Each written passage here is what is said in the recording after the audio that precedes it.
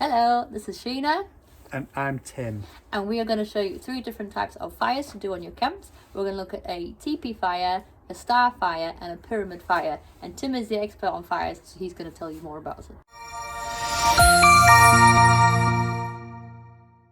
Okay, so we start off with kindling on our fire. I like to use silver birch, which works really well with a match, but sometimes it can be a little bit difficult to get going with a flint and steel, which is what we're using for the spark tonight. So I like to mix it up with a bit of belly button fluff or tumble dryer fluff to really get it going. And first we're going to make what we call a pyramid fire. So we do this by making nice crisscrosses like this to slowly build up a nice pyramid like the ones that are in Egypt. And every time we put a stick on, we just start to close the gap a little bit. So what I'm going to do is I'm going to build the pile to a good point where we've got plenty of wood on, and then I'm going to light it and finish off the pyramid. And why is a pyramid fire a good fire?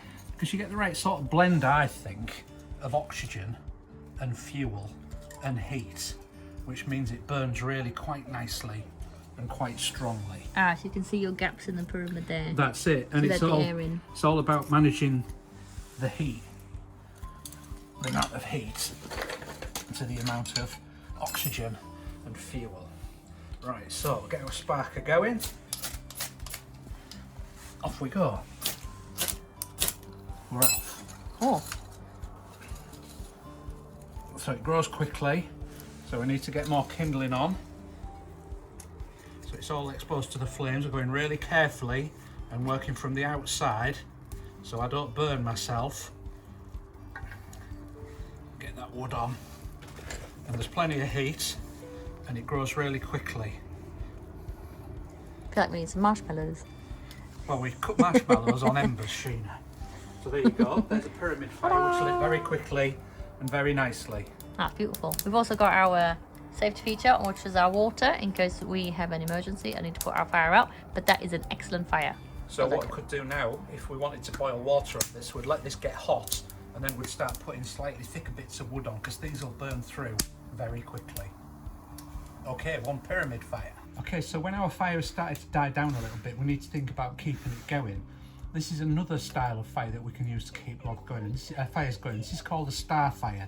So what we do is we get bigger sticks and logs and we get them to meet in the middle like that and just touch.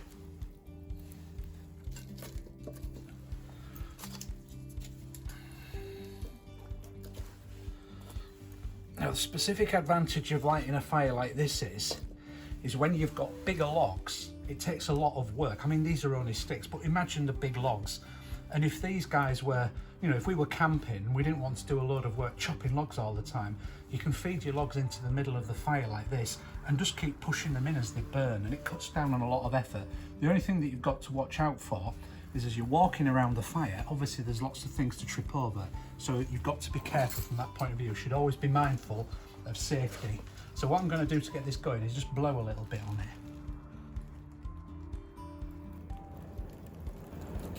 There you go. Like that.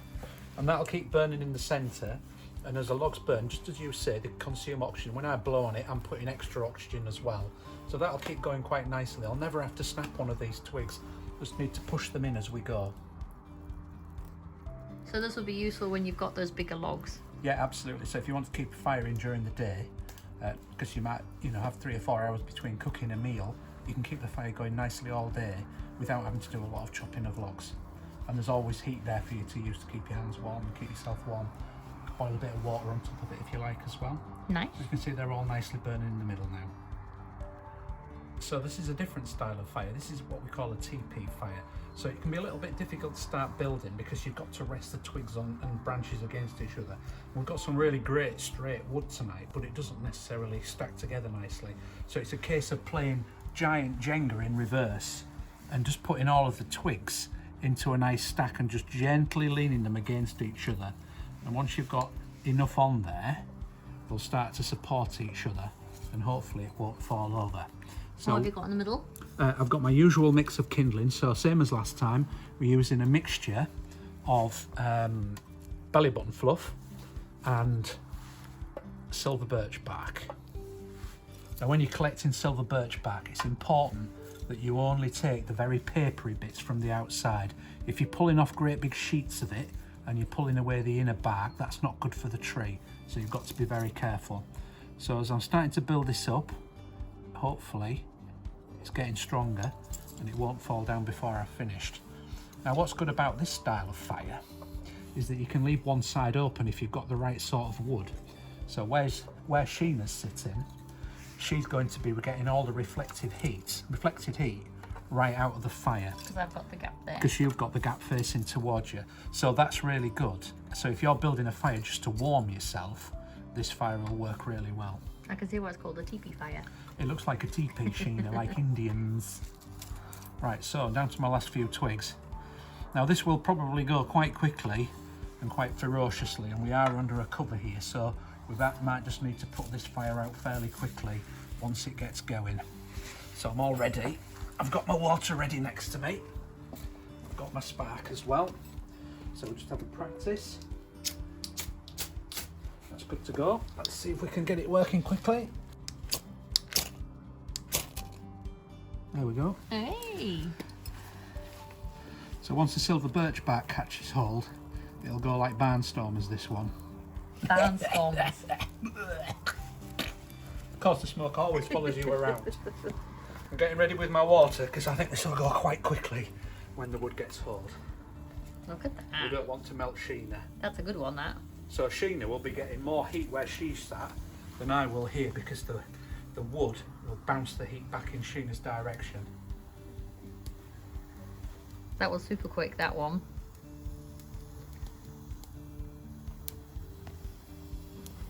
Look at that. So you just keep adding wood onto your teepee? Yeah, so you would go to bigger and bigger wood. Yeah. And just build it around and slowly build around, placing it opposite each other each time. Eventually it'll all collapse into the middle. And of course when you've got embers, it's marshmallow time. Nice.